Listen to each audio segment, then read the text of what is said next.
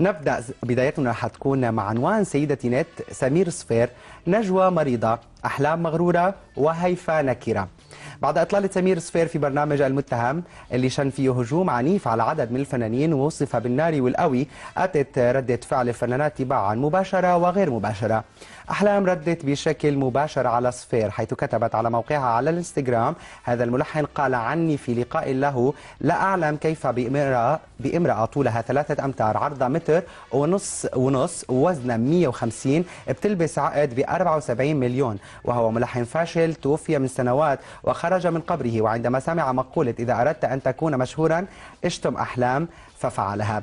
وهذا رد من بنت الخليج عليه، مع أني على يقين أن إكرام الميت دفنه.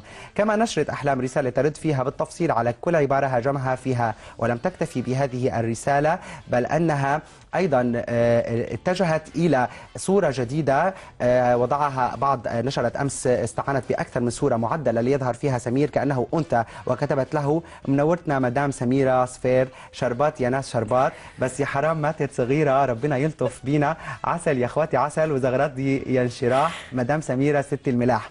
بل وأطلقت هاشتاج بعنوان سميرة صفير مسخرة تويتر، وكان من أنشط الهاشتاجات. وكتبت: طلبت من جمهوري ومحبي أن أجعل هذا الهاشتاج أكثر تداولا على تويتر، وهكذا أنا انتهيت من هذه الحشرة، وغدا يوم جديد ونجاحات جديدة إن شاء الله، خليجية وعربية، وأفتخر ببلادي والبادي أظلم.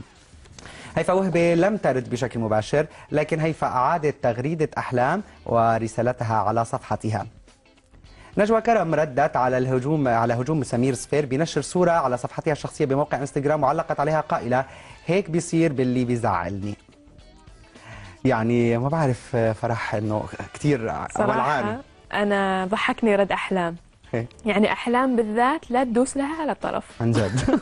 عندها جيش الحلوميين بالفعل تتركي عليك. هلا نحن حقيقة ما قدرنا نحط كل الصور وكل التعليقات اللي كانت موجودة. هذا كمان ما حطينا كل شيء. في كثير صور غريبة عجيبة. يعني أنا بعترف إنه سمير صفير كان هجومه جدا صح. عنيف، والكلام اللي قاله كثير بيجارح، ويمكن كمان رد فعل أحلام هو رد أكيد على حدا بيجرح حدا، وأحلام أكيد فنانة كبيرة، ما حدا راح يرضى أكيد ما حدا بيرضى إنه بأي إهانة أو هجوم أيضا من أي نوع.